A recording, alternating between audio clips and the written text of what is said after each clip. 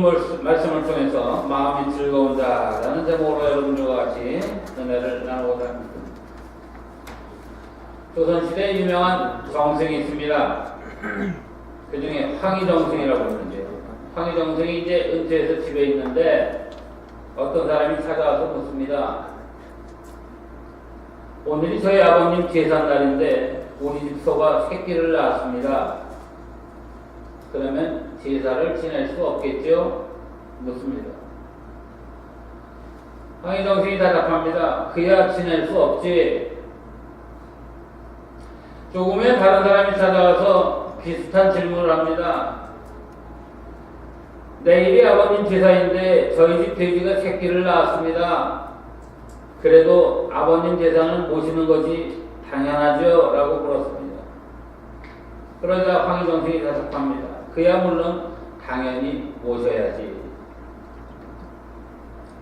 옆에서 듣고 있던 부인이 손님이 간 다음에 얘기를 합니다. 아니, 당신 한 사람은 안 된다 하시고 한 사람은 된다 하시니 이게 어찌 된 일입니까? 그러자 황희가 대답을 합니다. 소가 새끼를 낳든지 돼지가 새끼를 낳든지 그게 문제가 아니고 중요한 것은 제사인데 지내고 싶은 사람은 지내게 하고 지내기 싫은 놈에게는 하지 말도록 했을 뿐이요. 이렇게 대답을 했던 겁니다. 여러분, 무슨 이야기인지 아시겠습니까? 말하는 습관인데요. 그러면 안 되겠지요 라는 생각과 그래야 되겠지요 라는 생각은요, 천양지차입니다. 특별히 우리 젊은 사람들 여기 있는데 배우자를 고를 때 이것 하나만 보면 됩니다. 뭐 요즘은 얼굴부터 보지만 말할 때요. 그러면 안 되지요 라고 시작하는 사람은요. 절대로 고르면 안 됩니다. 그래야 되겠지요. 이렇게 얘기하는 사람을 보여요. 사람은요. 자신의 마음가짐이 그 문제의 열쇠입니다. 이미 말하는 데서 그 사람의 생각이 들어가 있고 그 사람의 다음 행동까지 들어가 있다는 얘기입니다.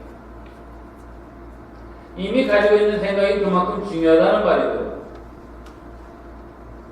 또 반대로는요. 이미 가진 생각은 바꾸기가 그렇게 어렵다는 얘기입니다. 한번 깊이 생각해 보시기 바랍니다. 소유라는 것과 행복이라는 것 같은 것일까요? 아니면 다른 것일까요? 절대로 같은 것도 아니고 절대로 다른 것도 아닙니다. 늘 일치하는 것이 아니기 때문입니다. 그렇지만 두 가지는 결코 같은 뜻은 아닙니다. 우리는 지금 많은 것을 누리고 있습니다. 가만히 생각해 보면요. 이것저것 누리며 살고 있습니다. 먹을 만큼 먹고 입을 만큼 입고 살 만큼 삽니다. 먹지 못해 걱정하기보다는요. 많이 먹은 것 때문에 더 걱정하고 살아갑니다. 이만하면 많이 누리고 사는 겁니다. 누가 뭐라 해도 상당히 많은 것을 누리고 살아가고 있습니다. 그런데요. 지금 행복하십니까? 물으면은 한참을 생각합니다. 많은 것을 누리는데 행복에 대한 지수가 형편이 없습니다. 흔히 선진국의 모임을 OECD라고 이렇게 부르는데 OECD라는 그 범위 안에 들어가면은 그래도 잘 사는 나라다. 한국 사람들이요. 이 OECD 국가 중에 행복 지수가 최하위입니다. 그런데요. 여기는 근처에도 가지 못하고 모든 여건에서 가장 어렵게 사는 나라지만 방글라데시라는 나라가 있는데 행복지수로는 세계 최고입니다. 얼마나 못 사는 나라인지 아십니까? 우리가 상상도 못하는 나라입니다. 그런데 훨씬 행복하다는 얘기입니다. 소유와 행복의 지수는 결코 비례하지 않는다는 얘기입니다. 말하자면 이런 얘기입니다. 지금 내 앞에 풍성한 음식이 놓여 있으면요. 이야, 맛있겠다, 참 좋다 하겠죠. 그러나 진정한 행복은 무엇입니까? 음식보다는요, 입맛이 좋아서 맛있게 먹을 수 있는 것이 행복입니다. 반대로 불행은 무엇입니까? 앞에 많은 것을 놓고도 누리지 못하는 것, 많은 음식을 상에 가득히 차려놓고도 입맛이 없어서 손도 대지 못하는 것이 불행입니다.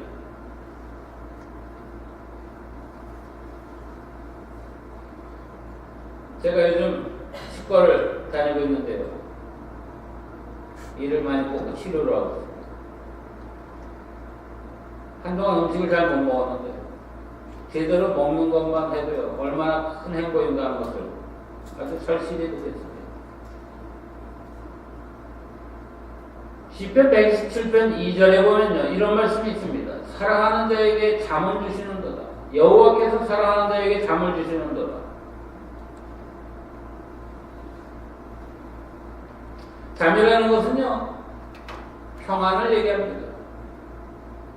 하나님이 사랑하시는 자에게는 평안을 주신다. 편안하다는 것은 하고는 전혀 다른 얘기입니다. 좋은 집, 좋은 침대를 말하는 것이 아닙니다. 뭐 그런 한국에서 유명한 광고가 있었죠. 침대는 가구가 아닙니다. 과학입니다. 아무리 편안한 침대가 있어도 걱정, 의심이 많으면 평안한 잠을 이룰 수가 없습니다. 잠이라는 것은요, 마음이 편해야 제대로 잘 수 있는 겁니다. 가끔씩 그런 얘기를 합니다. 밤새 잠 한숨 못 잤어. 왜 그렇습니까? 걱정이 많아서 그렇습니다. 걱정, 의심이 많기 때문에 잠을 자지 못합니다. 그래서 여호와께서 사랑하는 자에게는 잠을 주시는도다. 그런 겁니다. 이런 사람에게는요, 집이 좋은가 나쁜가가 문제가 되지 않습니다. 어디서나 잠을 평안히 잘 수 있다는 것이 행복이라는 얘기입니다. 또 하나, 성경에 의하면 자식은 하나님의 상급입니다. 그러나 자식만 있으면 다 행복합니까? 이미 다 아시지 않습니까? 자식이 있다는 것이 행복이 되려면요, 그 자식으로 인해서 기쁨을 얻고 또한 자식으로부터 존경을 받을 수 있어야 합니다. 자식이 있다고 다 기쁨을 얻는 것이 아니라 자식으로 인해서 그 마음이 무엇을 누리느냐가 중요하다는 얘기입니다. 오늘 본문 13절에 보면 마음의 즐거움은 얼굴을 빛나게 하여도, 그런 말이 있습니다. 마음의 즐거움은 얼굴을 빛나게 한다. 말 그대로 마음이 즐거운 자가 곧 행복한 자라는 얘기입니다. 여러분, 흔히 얘기하는 의무감이라는 게 있습니다. 의무감. 의무라는 것이요, 어떤 일을 하는 데 있어서는 매우 유용하고 중요한 것입니다. 이 의무감이 없으면요, 일을 잘 마칠 수가 없습니다. 그런데요, 인간관계에서의 이 의무감은요, 굉장히 불편한 말입니다. 무슨 얘기냐면요, 인간관계 가운데 가장 밀접한 관계를 가리켜서 부부사이라고 합니다. 그래서 부부사이는 무촌입니다. 촌수가 없습니다. 아버지와 아들도 촌수가 있고 형제간에도 촌수가 있는데요, 부부는 무촌입니다. 침대를 같이 쓰는 사이이기 때문입니다. 한 남자와 여자가 가정을 이루어 사는 부부라는 사이는요, 때마다 새롭고 때마다 사랑을 고백하고 확인하며 살아야 됩니다. 왜냐하면 사랑은 현재적이기 때문입니다. 과거의 것을 가지고 살 수가 없습니다. 미래만을 가지고 살 수가 없습니다. 현재적이어야 됩니다. 그런데요, 이것이 어느 날부터 의무로 바뀌면 문제가 됩니다. 결혼했으니 살아야지. 애 때문에 할 수 없이 산다. 지금까지 살아온 게 아까워서 산다. 이렇게 되면 기가 막힌 인생이 되는 겁니다. 인간관계에서 사랑이 의무로 변할 때 그 관계는요, 굉장히 힘든 관계가 됩니다. 쇼펜하우어가 이런 말을 했습니다. 어떤 사람의 인생이든지 무슨 일이 일어나느냐 하는 것보다 더 중요한 것이 있는데, 그것은 그 일을 어떻게 느끼고 받아들이느냐 하는 것이다. 그런 얘기입니다. 무슨 일이 일어났는가? 흔히들 요즘 뭐 대박을 기원한다 그런 얘기를 하는데, 복권이 당첨되는 것보다 더 중요한 것은요, 그것을 내가 어떻게 관리하는 것이냐, 그게 중요하다는 얘기입니다. 어떤 인생에 어떤 일이 일어나느냐보다 중요한 것은 그것을 어떻게 느끼고 받아들이느냐는 것입니다. 여러분, 어떤 사람들은요, 무언가 자꾸 바꾸면 행복해지리라 생각하지만 절대 그렇지 않습니다. 직장도 바꿔보고, 사람도 바꿔보고, 취미도 바꿔보고, 더 나아가 교회도 바꿔보고, 하지만 아무리 그렇게 해봐도 마찬가지입니다. 이미 그 마음의 결론이 있기 때문입니다. 그러면 어떻게 해야 행복해질 수 있을까? 어떻게 해야지 보다 많은 것을 누릴 수 있을까? 먼저 내 마음을 바꿔야 됩니다. 좀 더 구체적으로 얘기하면은, 제일 먼저는요, 소유를 통해서 행복해질 수 있다고 하는 생각을 바꿔야 됩니다. 쉽게 말해서 돈이 있어야 행복하고 더 가져야 행복할 것이라 생각한다면 돈에 의존하는 내 마음을 먼저 바꿔야 합니다. 그것이 돈이든 권력이든 명예든 마찬가지입니다. 무언가에 의존하는 내 마음을 바꾸지 않고서는 온전히 우리는 평안을 누릴 수가 없습니다.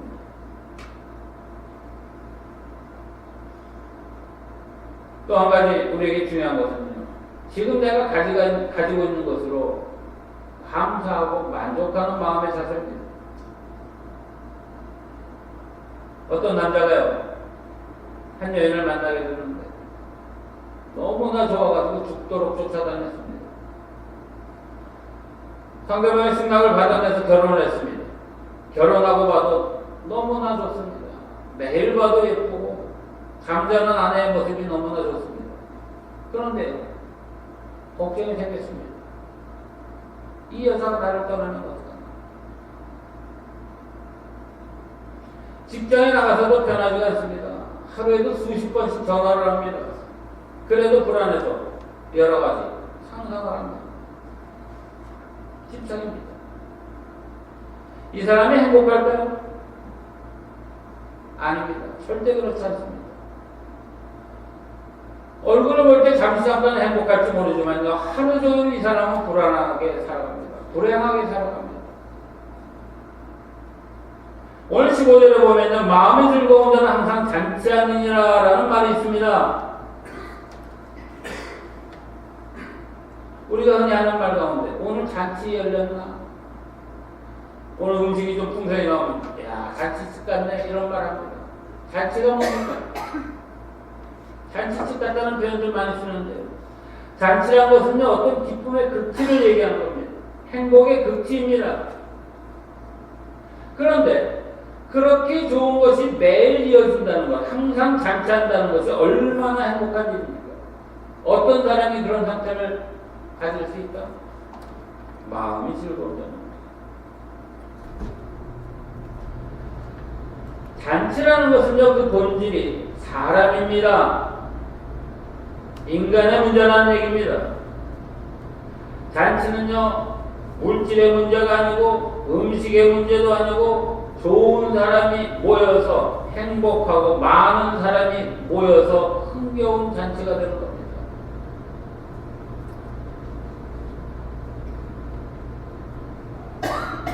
이제 정명부가 수련을 가서 사진들을 찍었는데 보신 분들도 있겠지만 사진 찍은 모습이 참 좋습니다.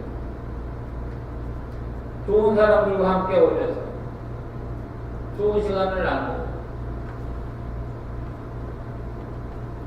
서로 친교하고 사랑하고 이야기를 나누고 신앙을 나누고 이것이 잔치가 되는 겁니다. 저는요, 교회라는 것이 잔치집이 되어야 된다 이렇게 생각합니다.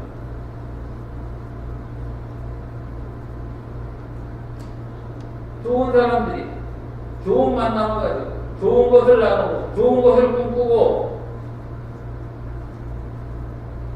평안함을 누릴 때 그것이 바로 하나님이 가장 기뻐하시는 공동체가 된다는 얘기입니다. 어떤 잔치집에 가더라도 서로가 지켜야 될 철칙이 있습니다. 그것은 서로 반가워하고 즐거워해야 하는 것입니다. 서로 축하하는 일입니다. 잔치집에서는 덕담만 합니다. 서로 칭찬하고 존경하고 사랑을 나눠야 이것이 잔치집입니다. 그래서 그 속에는 사랑이 있고 존경이 있게 됩니다. 13절 말씀입니다. 마음의 즐거움은 얼굴을 빛나게 하고 마음의 근심은 심령을 상하게 한다. 진정으로 잔치하는 사람은요, 얼굴에 빛이 납니다. 얼굴을 빛나게 하는 것, 마음의 문제입니다. 마음에 은혜가 있으면 얼굴이 빛날 수밖에 없습니다. 이것이 바로 잔치입니다. 다시 한번 말씀드립니다. 빛나는 사람들끼리 모여야 잔치지, 모여서 시비하고 질투하고 울고 싸우고 그것은 잔치가 아닙니다. 잔치는 이렇게 기쁨에서 출발하는 겁니다. 오늘 우리가 드리는 예배가 진정한 잔치가 되어야 할 줄로 믿습니다. 하나님 앞에 예배한 얼굴이 빛이 나야 됩니다. 하나님을 만난 얼굴이 기뻐야 됩니다. 찬송하는 사람의 얼굴이 빛이 나야 됩니다. 오늘 교회에 모인 우리들은 항상 마음이 즐거워 잔치하는 사람들이어야 됩니다. 여러분, 세상에서 제일 불행한 사람이 어떤 사람입니까? 못 먹고 못 사는 사람일까요? 저는요, 믿음이 없는 사람이라고 생각합니다. 가정에서요, 부부가 서로 믿음이 없으면요, 그때부터 그 가정은 천국이 지옥이 됩니다. 마찬가지로요, 교회에서 가장 불행한 사람은요, 이 자리에 앉아있지만 하나님을 믿지 못하는 사람입니다. 서로를 믿지 못하는 사람입니다. 오늘 본문의 내용은요, 결국 하나님을 경외하고 서로 사랑하는 것이 잔치라는 것을 밝혀주고 있습니다. 그리고 오늘 우리가 그 잔치하는 사람이 되어야 한다는 얘기입니다. 하나님이 우리를 사랑하신다. 이 사실만 안다면, 이에 대한 분명한 믿음만 있다면 우리의 마음은 언제나 즐거운 잔치집과 같은 그런 마음이 될 줄로 믿습니다. 마음이 즐거운 잔치집과 같아서 얼굴에 웃음이 가득하고 누굴 만나든지 무엇을 하든지 행복한 사람이 믿음이 있는 사람입니다. 늘 그 마음이 초상집처럼 우울하고 슬프고 어둡고 인간관계도 불행한 사람은요, 믿음 있는 자라고 할 수 없을 것입니다. 행복은 조건이 아닙니다. 행복은 미래의 것만도 아닙니다. 행복은 소유에 따라 정해지는 것도 아닙니다. 하나님을 경외하고 사랑할 때 우리는 진정으로 영적으로 마음이 즐거운 자가 될 줄로 믿습니다. 서로 간에 믿고 가장 좋은 것을 나눌 때 우리는 잔치하는 인생이 되는 줄로 믿습니다. 마음의 즐거움을 통해서 늘 잔치하는 인생으로 사는 저와 여러분들 되시고 주님의 이름으로 간절히 축원을 드립니다. 기도하겠습니다.